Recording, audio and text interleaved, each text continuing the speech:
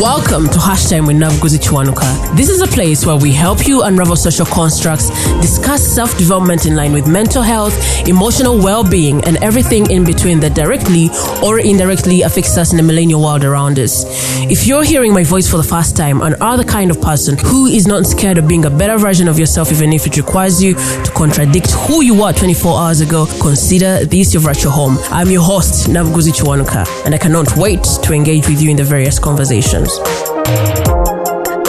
Carolyne Afroetry is a poet, founder of Echo Minds Poets, and she's helped thousands of women to stand tall in their womanhood through her poetry. Afroetry doesn't give a hoot about naysayers, and that's why I cherish her. I love this conversation for you, and I hope that it will help you steady your feet in your pursuit of your passion. Let's dive into it. Carolyne. Yes, Navguzi. Welcome to Hashtag with Navguzi Chwanuka. Thank you. It's a pleasure. Some people keep dragging me. They usually say that there's no necessity of me introducing myself. The podcast already speaks for itself, but perhaps there's a time when someone will have to sit in for me. So again, this is Navguzi with Carolyne. Please introduce yourself for those that do not have a single awareness of who Carolyne is. Okay, I'm Carolyne Afroetry, MA. MA stands for Miriam Achen, the unapologetic poet. Yeah. How else do you describe yourself beyond just the name? Who is Afroetry? When you look at yourself or review yourself when probably doing self-assessments, okay, how would you define Carolyne? Okay, I'll define Carolyne as a woman who speaks her mind. Yes, that's why I use unapologetic. It flows with me. Yeah. And also I like to identify myself as someone who is free. I don't like to be caged, and I also like to be fully expressive. And also within that expression, not just being a poet, because for me it encompasses everything. There is no point in me expressing myself poetically when I am actually censoring myself. So it's everything, and I'm a mother. Yeah, to an amazing girl. I also manage Echo Minds Poets, a group of female poets, writing and performing together, the whole story about women, African women specifically. The thing that shocked me, I don't even know which year it was, when you announced that you were about to get to 40. And I was like, she's kidding. Yeah? She is joking. No.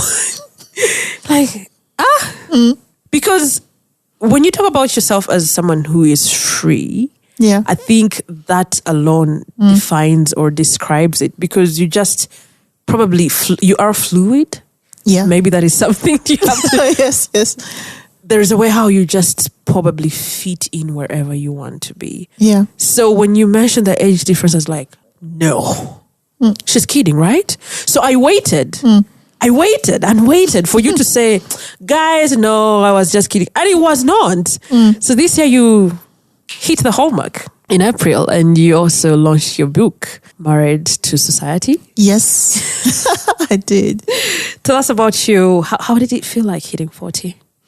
It felt so good. You know, when you have been procrastinating about something for a long time. I mean, this book was there, and every time I'd plan to send to a publisher, I'd be like, let me take it back. It's not yet ready. So you remove some poems, you change a bit of everything. Maybe some are left the way they are. But then I was making 40 this year. And I'm like, this is huge. Yeah. Why don't I do this? Just get it out of the way. Do this as a self-achievement. And when I published the book, I was so excited. That feeling of relief, like you can actually breathe. Yeah. Yeah. So that's how I was. I was really happy. How long did you keep with it? Since 2020. 2020. Which year is it that we met? Was it still 2020? Yeah. Because shortly after the day we met, I think we talked about you publishing a book. Yeah.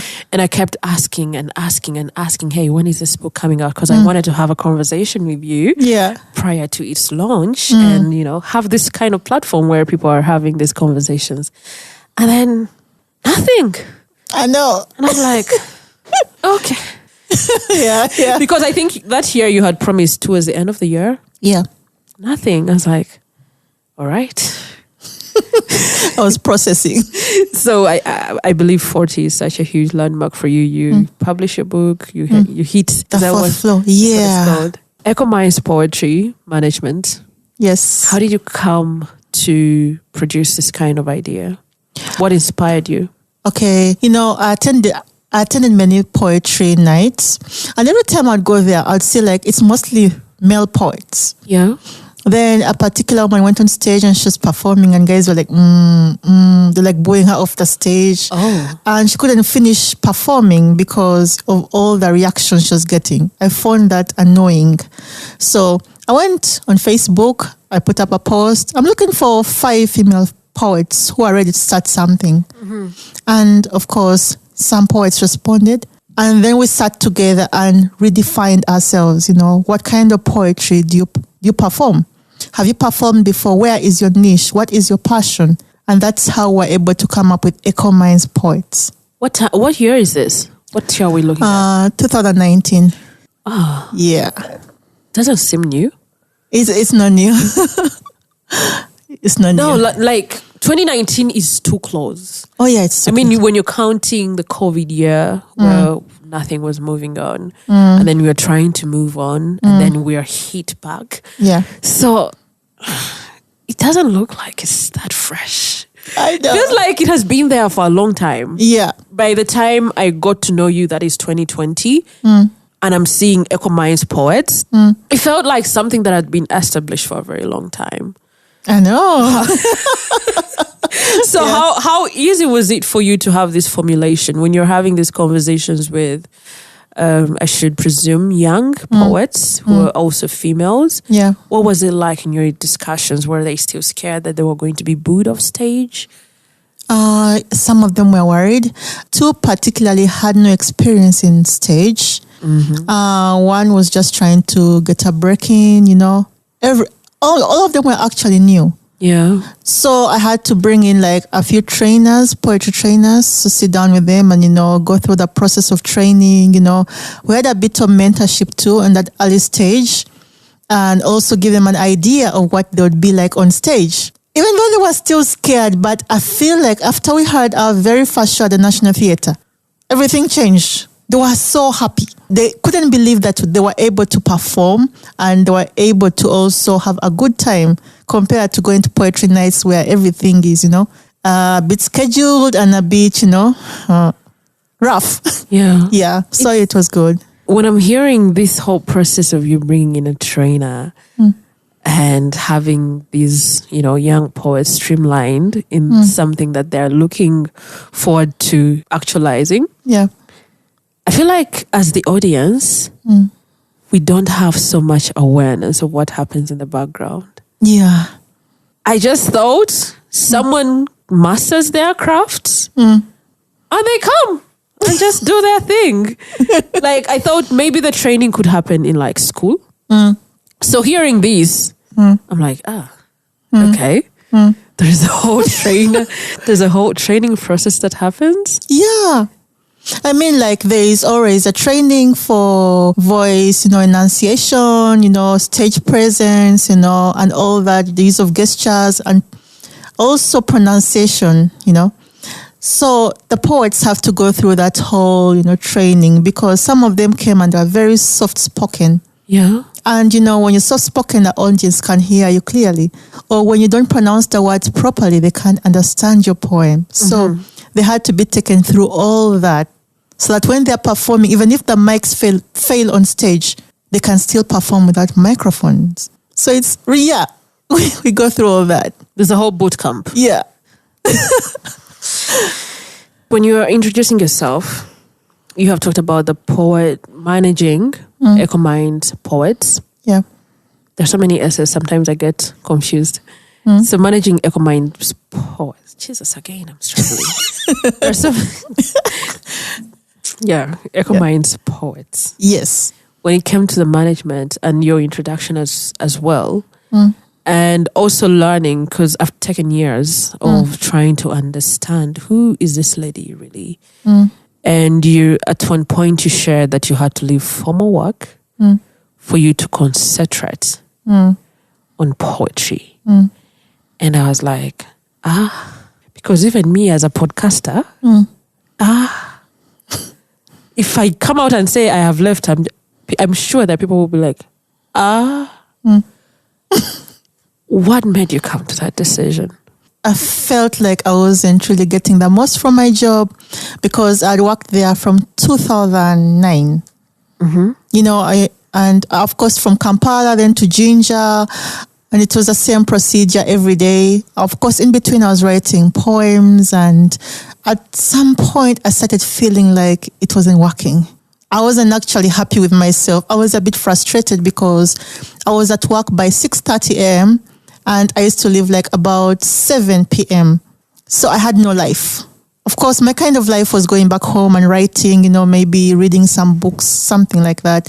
But at my job, I was frustrated. I wasn't feeling the work anymore. You're just sitting there and you're like a shell of yourself. Burnout? Yeah, burnt out. And I wasn't really focusing on the tasks being given. I started feeling that, I think, around 2014, 15.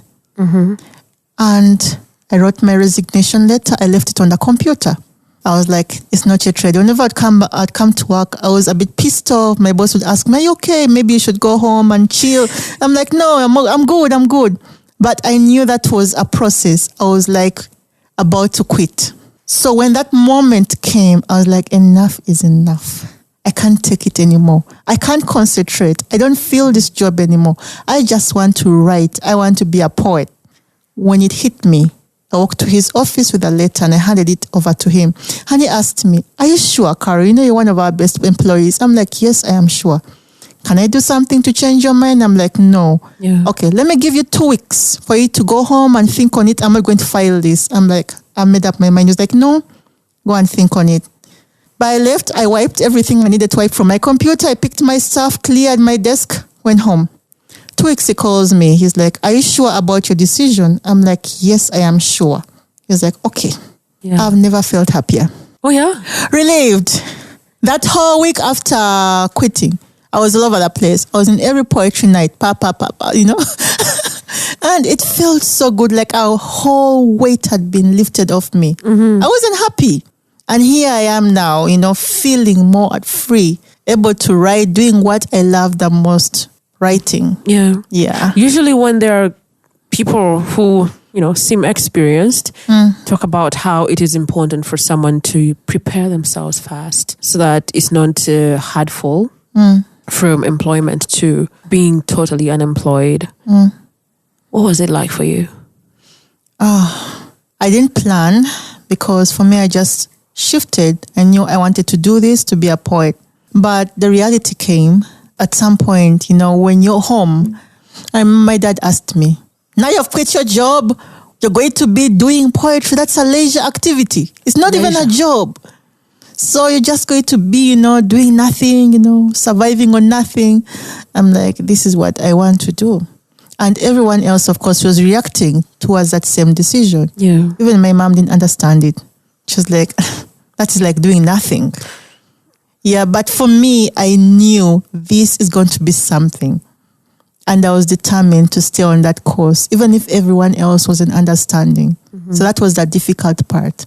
I had to isolate myself at some point, avoid people, because I don't want to answer that question. What are you doing now? Where is the money, you know, for asking those questions? But I was determined to, you know, be at that place and protect that space. Yeah. 2014.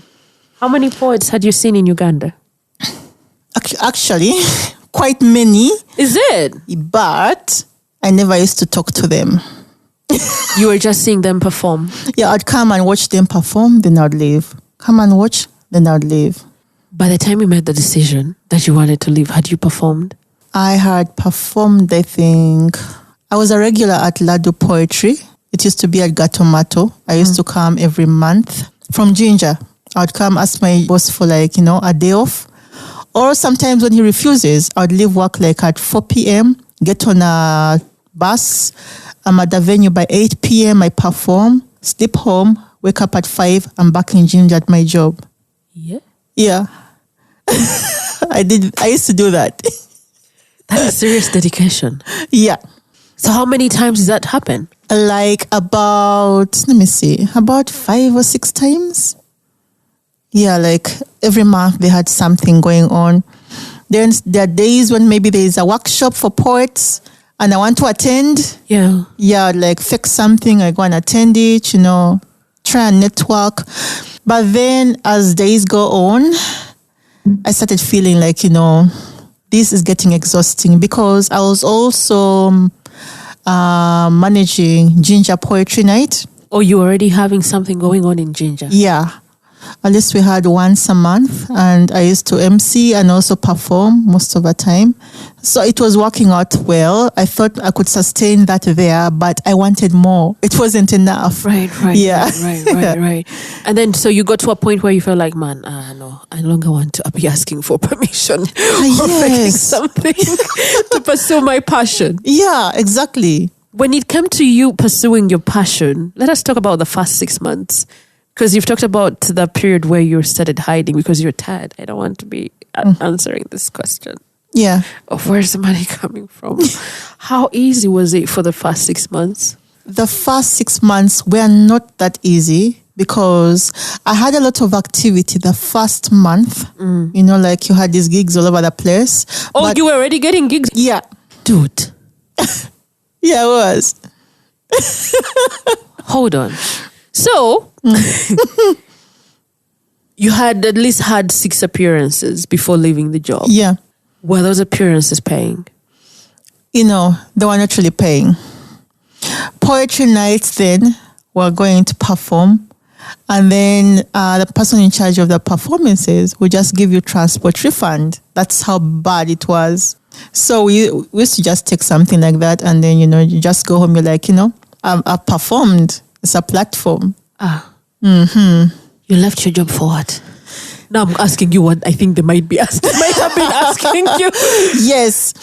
I left my job to pursue this passion and see how far I can stretch it because I'd already visualized how good it will get. Oh. Yeah. Okay. And even though I was already on stage, there are things I wanted to change about stage. Of course, that whole transport thing, I didn't like it at all. Yeah, it was terrible. So as I was quitting, I had like a gig in Mbale, I remember. Then I think I had something somewhere else, maybe at Sheraton, and also I had at Sanyu FM. The radio itself? Yeah. I had to go perform a poem. On live radio? On live radio. Oh. Yeah. That happened? It happened. How? I remember that day. I think it was Women's Day, and the presenter was alone in studio, and they needed to fill up, So he called me and asked me, "Can you come and sit in studio and just do poetry on radio?" I'm like, "Yeah, why not?" So that's how I ended up there. That is interesting. Yeah. We never had any poems on times when we're listening to radios. Yeah, I know. I think I would have still been listening to radio had I experienced that. Yeah, you would be. Oh my goodness. So when you're like, go to radio and perform a poem? Because, there's a way how radios are streamlined in a particular order. In the morning, there are clowns, making all those jokes, and there's just humor. Yeah. And then mid-morning, music, request calling. Yeah. Like, it's the same. So when you talk about, I was called to perform a poem, like, what? Okay. Yeah. So you had a gig in Mbale, and then? Yeah, so I started with Mbale, I remember. Then as I was returning from Mbale, I had to change and go to Sanyo FM. I arrived there, he told me, you do like 3-4 poems. I was like, cool. So he would play music, introduce, then he would chill. I'll do the poem. He would play music, I'll do a poem. It would just flow throughout. What did that feel like? It felt good. It felt good. Yeah? Yeah. So after that, I was also able to go and perform. I think a week after, I went to perform to a group of mostly women. You were very busy. Yeah, that period. That period I was. And I think... It's like the universe was just waiting for you. Oh, yeah. It was waiting. But I think I got the first reasonable money since I started that period. getting paid for a performance. It wasn't much, but I was like, oh, okay, this is at least something. What was it? How much was it? It was 100K. From 10K to 100K. I was like, this wild. is yeah. From tithe to a real salary.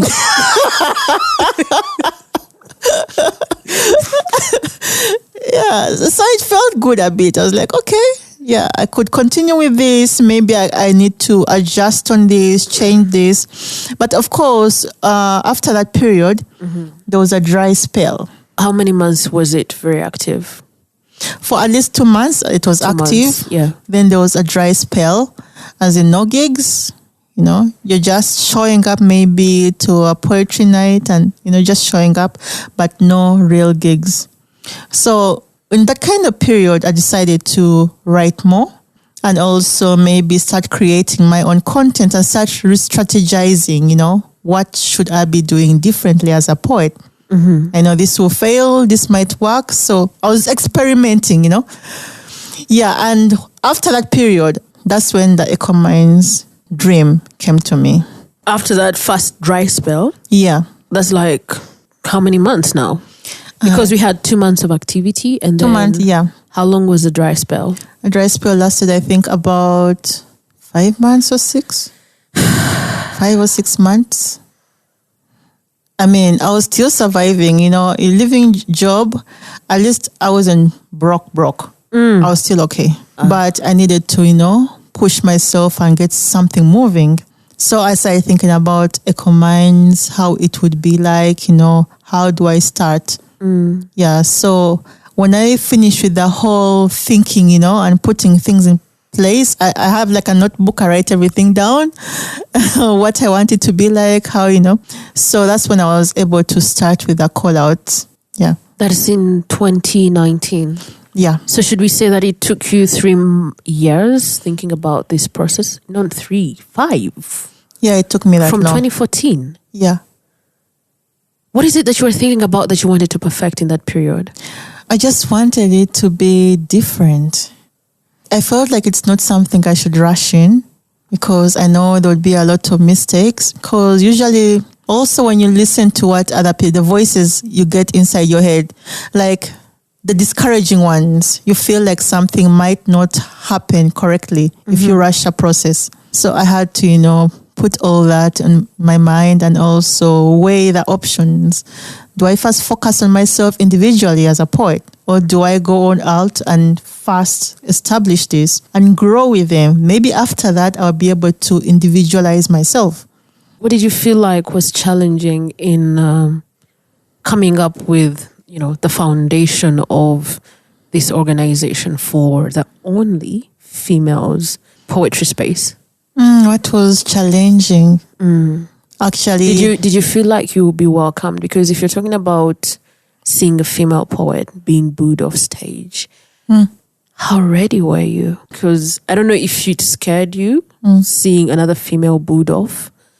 How were you going to ready these other people that you're going to, mentor? I think I had my experience. I'm not sure whether I should talk about it of booing on stage. Okay.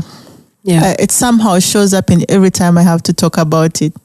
There was a time I was on stage and then I performed a poem. I read a poem from a paper. Then I went and sat down and this poet went on stage and directly insulted me.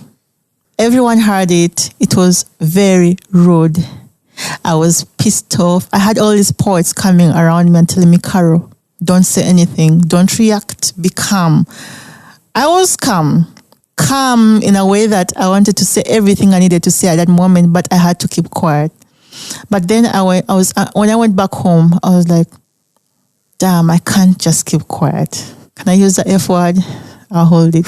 I was like, I can't keep quiet. Yeah. So what I did is I went on Facebook. Type, slam this guy. I woke up in the morning. I had all this support. All this support from poets from all over the world coming to my defense. And also people fighting for me. So it started a discussion about performance reading and also performance the general performance. Just out of your head. Yeah. So the whole discussion started. It became a long discussion and a debate. And that's when I realized that I'm actually ready to confront status quo. Yes. And everything else I need to do. Yeah. Because I had so much support that I needed as a poet at that moment. The criticism just died down and I felt it was really good. So that I think I developed a thick skin for that stage, because after that I started getting gigs. More gigs. Everyone is like, come, we want you on our stage. I'm like, okay, I'm here. So I kept on with that energy and it created that momentum for Echo Minds Poets. Mm-hmm. It's like, this kind of energy is required. I could pass it on. I mean, we still go to poetry nights and you only find 2 female poets. So these are all these women. We're performing together. Were we ready for what people were going to say? We're not ready. We're not ready for that because we did have resistance. People saying, all these women are annoying feminists. Who needs them on the stage? And sometimes, of course, there are those who are sabotaging and calling out some of the ladies. You need to leave this group. You're going to be spoiled mentally. You have to, they had all this, stabbing back and forth, But we decided to, stay firm. Yeah. I believe that women also eventually developed that thick skin, and that helped push Echo Minds Poets. Mm. Yeah. These gigs that you talk about, there's a time when I got invited somewhere and they were talking about the gig economy. Mm. Where do you feel like poetry has taken long to be embraced? Because maybe first you will paint for us a picture of what the gigs look like and then probably take us to where poetry has reached where it wasn't before. Okay. The gigs then, I feel they were not really gigs. What was it? What were they like? They were calling you to perform weddings? Where? Okay, like someone has a poetry event, maybe at a hotel, maybe it's even themed. They just want a poet to perform. That is the typical gig. I have a poetry night. Can you come and do a poem? Or maybe 3 minutes on any subject. The poet shows up and performs a poem. Mm-hmm. It could be even in a bar, in a restaurant. The venues are always, alternating. It's not specific for poetry. Yeah. Yeah, so that's the typical gig. There are those that are usually maybe for companies. I don't like to call that a gig though. What's that like? That is different. What name should we use? Let me see. Consultant. Oh.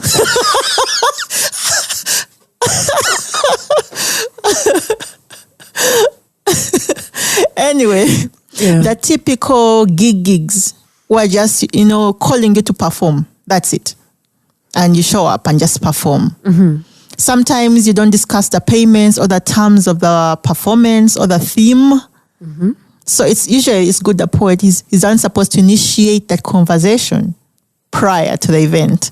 But at that time, everyone just wanted to be on stage. So you're like, they're giving me an opportunity. Let me just show up and perform. That's it. Right. Platform. Right. Mm-hmm. Yeah. So that was the typical gig. And it's from nowadays, it has changed a bit. I do realize that poets are now understanding the meaning of their art. They're understanding themselves better. They are also embracing their identities as poets. To call a poet to perform on your stage, a poet nowadays asks themselves, am I worth this stage? What are they going to give me? What is my value? Why am I performing here?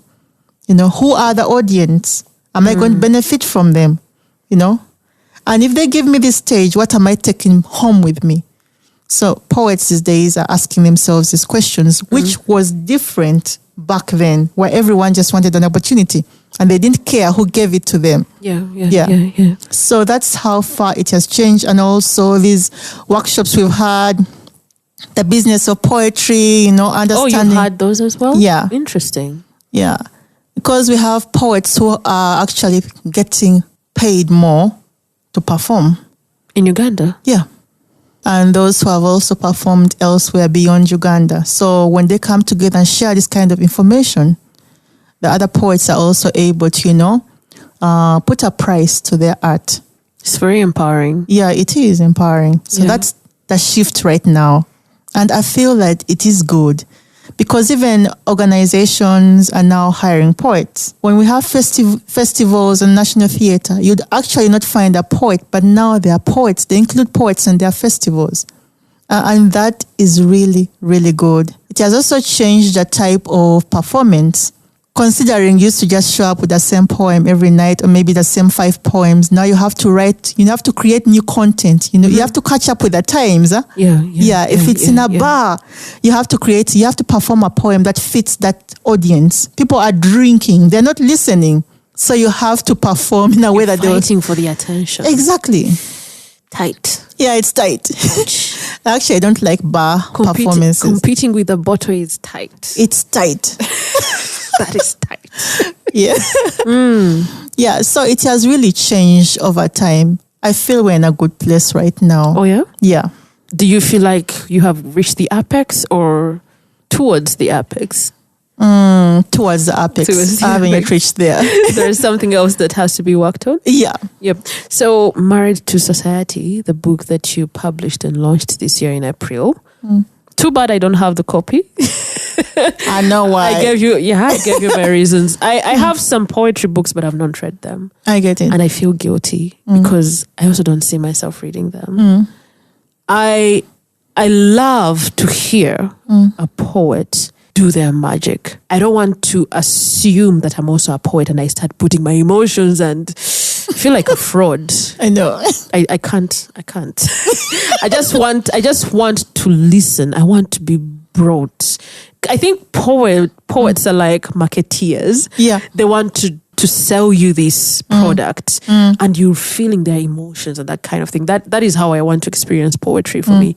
I want to listen. So let's talk about Married to Society, which I feel like, when did you start writing it? I started writing it around 2019. 2019. Yeah, around there. And yet, 2014, you're already saying you're divorcing from society. Oh, yeah. Yeah. Yes.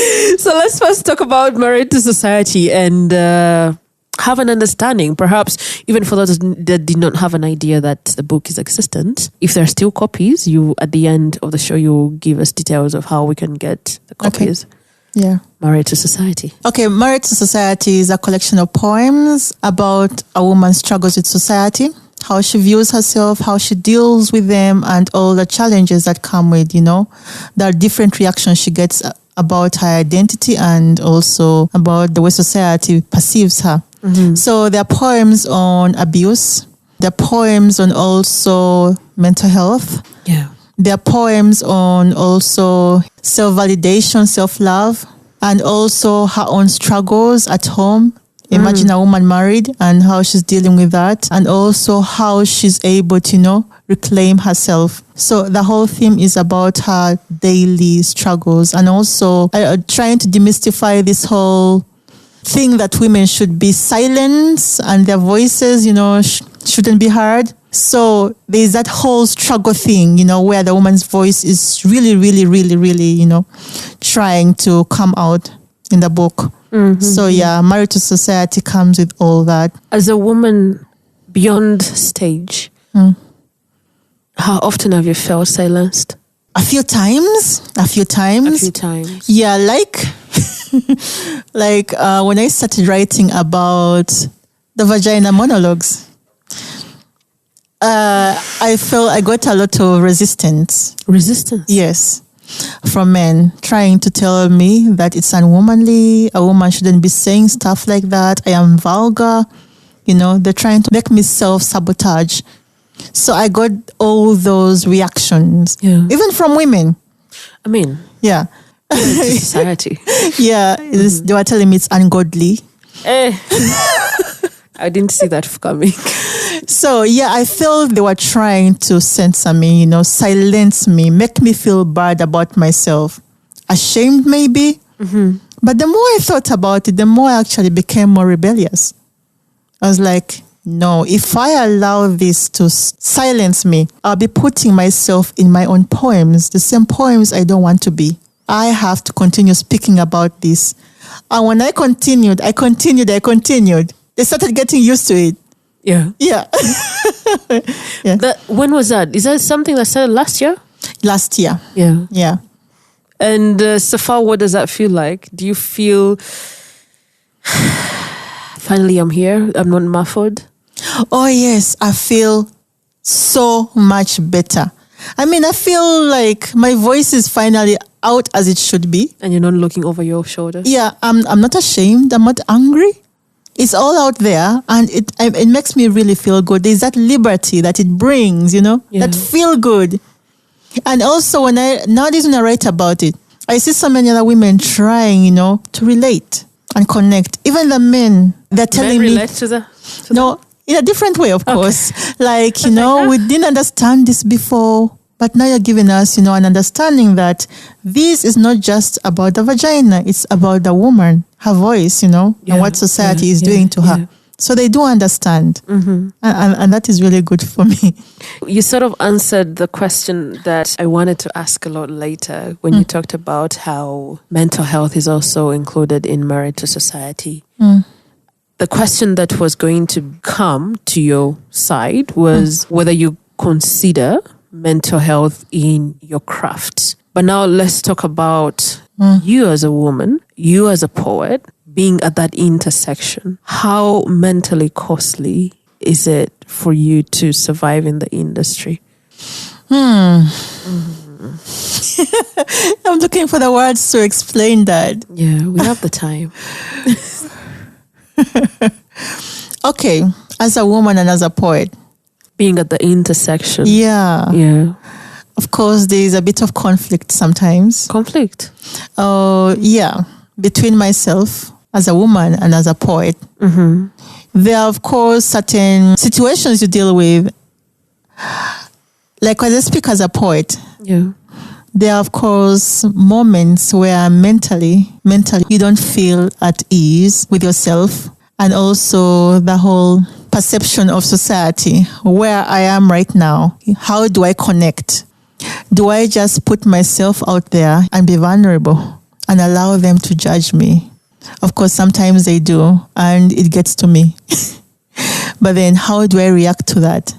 So online, as a poet, most times I come out as this unapologetic, no-nonsense woman. Don't play with me. Yeah. Yeah. But when I go back as a woman, I think about it. Is it affecting me? Some things do affect me. And I go bleak. I'm like, you know what? I need the space to deal with myself, my emotions.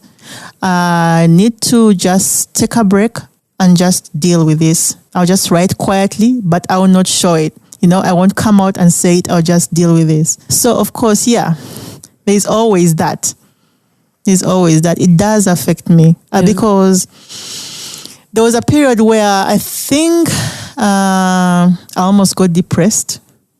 Yeah, I almost got depressed. But I feel that I was actually allowing it to happen. And in that moment, of course, I had all these people around me. And then there is this constant, period where I have to deal with expectations. I show up at a poetry night or at an event and they're like, Afroetry is here. And I'm like, fuck. And everyone is coming around you. Everyone has this perception. Yes, you're doing this, you're doing this, you're doing this. Everyone wants to talk to you. People have all this perception. She's up there, So the expectation, even before I go on stage to perform, is already there. And sometimes I'm like... It gives you a lot of anxiety. I get anxious because I still get stage fright. You? I get stage fright. Do that? I do. Yeah. Hey. After how many years is this? After all these years. Because 2014, 9 years. Yeah, I still do.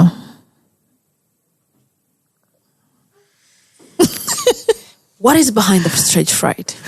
Have you taken time to self-assess and figure out what it is exactly that is causing that? Yeah, I have taken time to, because the audiences are different. You never know what audience it is, how they will react, maybe the mood of the audience. Yeah. Some of it is actually, for me, my spirit, it alienates me. You walk into an audience, maybe like there are so many people, and you just don't feel the vibe. And you have this poem and you're nervous, you're going on stage. But usually when I get on stage, I just breathe in and everything, just works out. But I still get that. So that whole expectation, people expecting so much of you, it kind of gets me, it just gets me. So your coping mechanism is using the breathing technique? The breathing technique. Yeah. Yeah, it works. There are times where I used to take a shot. Like a shot. Yeah. Whoa. Yeah. Whoa. Yeah. Oh dear. How long did that take? It didn't take so long because the worst time I realized I shouldn't be taking a shot before performance. Yeah, I remember. Tell me you got high on stage. Let me tell you. So it was this very important poetry in night. Yeah. So I was nervous. There are all these other people, guests, I'm not used to, there was a high table, I think. I'm like, okay. So they expect so much, from the poem. And I'd written this poem. It was perfect. So they first started serving us drinks, food. I took some shots. Then I was supposed to perform like an hour early, but they delayed the performance. And you kept taking shots? And I kept taking.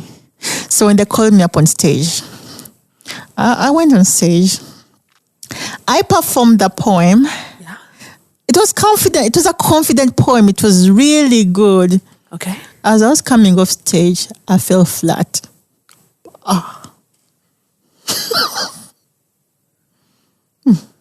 Yeah. I just fell flat. You lost balance? I lost balance. Okay. So when I did, I realized it. So I got up. The MC, of course, came and helped me up. They're like, did you trip? I was like, yeah, I tripped. Oh, yeah. I thought you cast out people during the performance. Like, oh my God, she got tired. Oh my God. I did. I was just calm. I got up. I went and sat down. They kept asking me, are you okay? Did you hurt yourself? I'm like, no. But deep inside, I was guilty. I was like, how could this happen? Yeah. Yeah.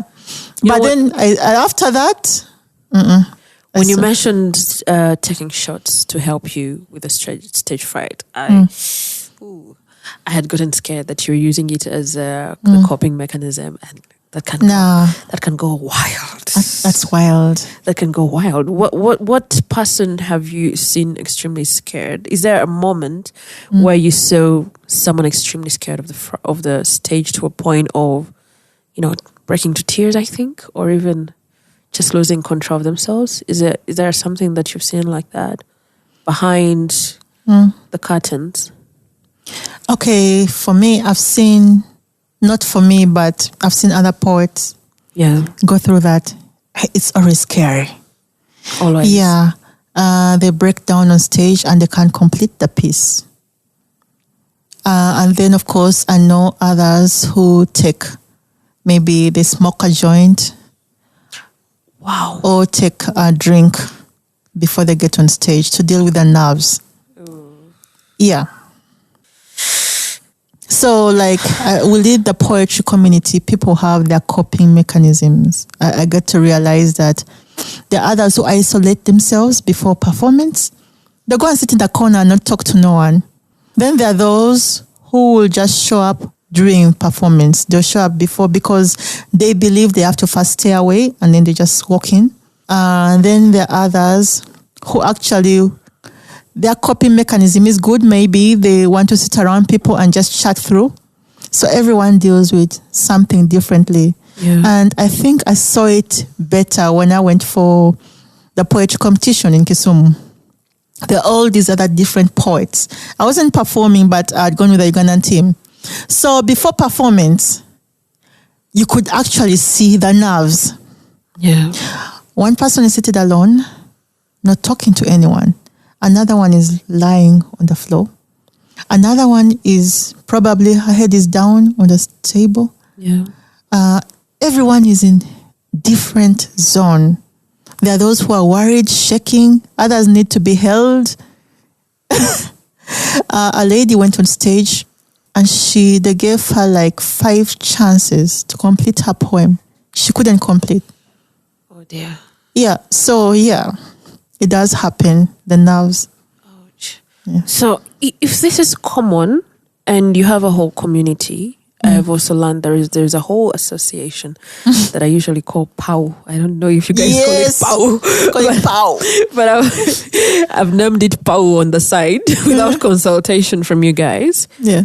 Have you considered having a professional to help you through these kinds of conversations when you sit with your fellow poets? Because I feel like it would be something necessary for you to address. Yeah, I think it's a good thing.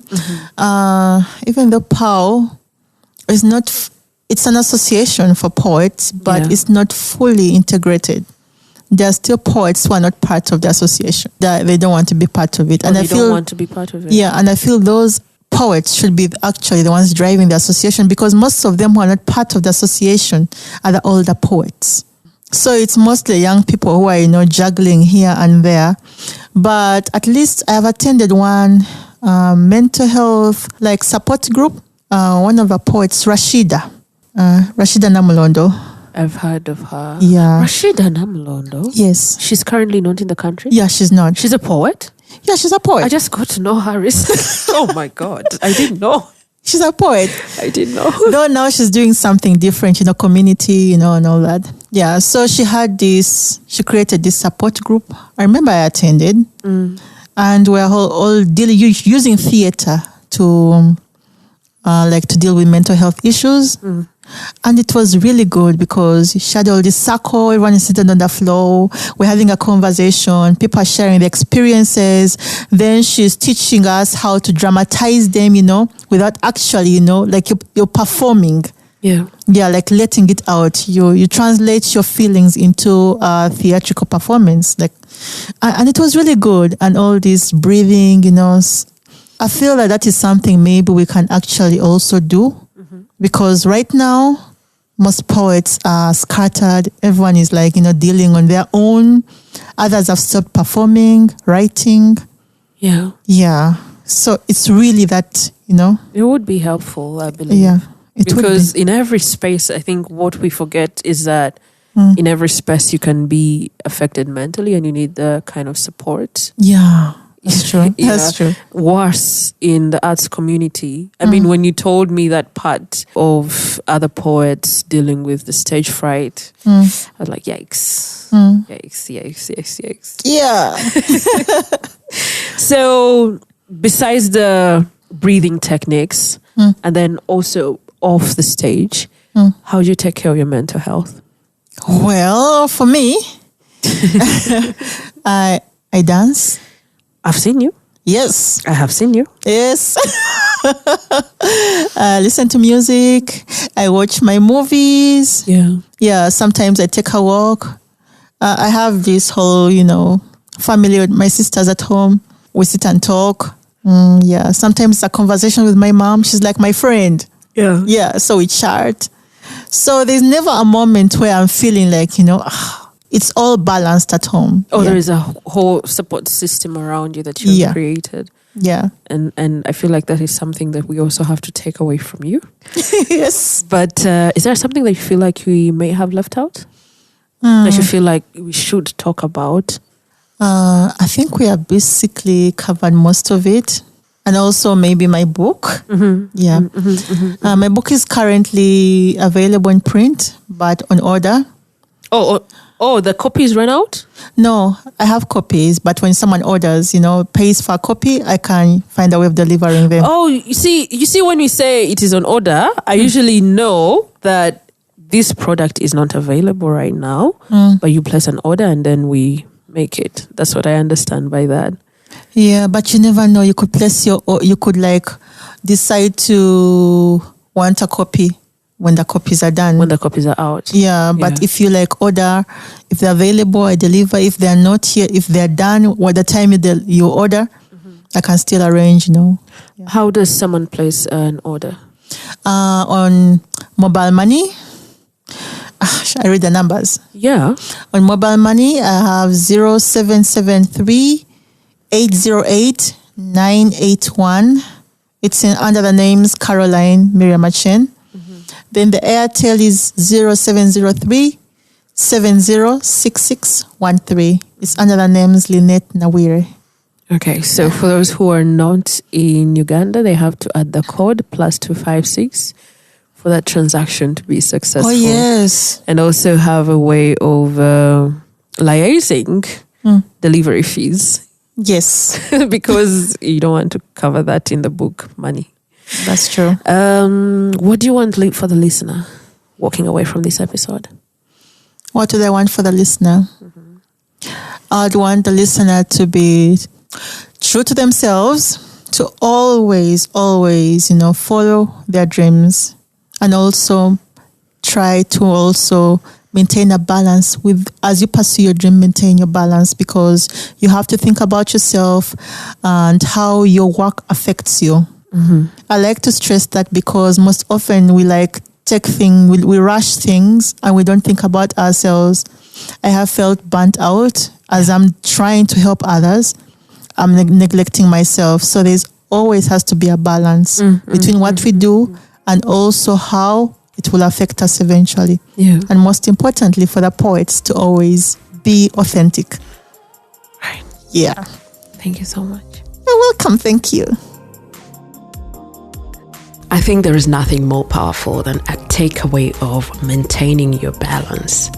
If you're doing anything in line with pursuing your passion or your goals, you have to be steady on your feet. I thank you so much, Carolyne Afroetry, for gracing us with your presence, and to you, the listener, thank you so much for hanging out with us to the very end of this episode. And if you loved it, do me a favor and hit the subscribe button in your podcast platform of choice. Also, feel free to share your insights about what connected with you on social media, and be sure to tag us. We are at #time with Nabuguzi Chwanka on Facebook and Instagram, and on Twitter our handle, on X, our handle is at HTNK Podcast, or you can use the hashtag HTNK Station. Catch you next week.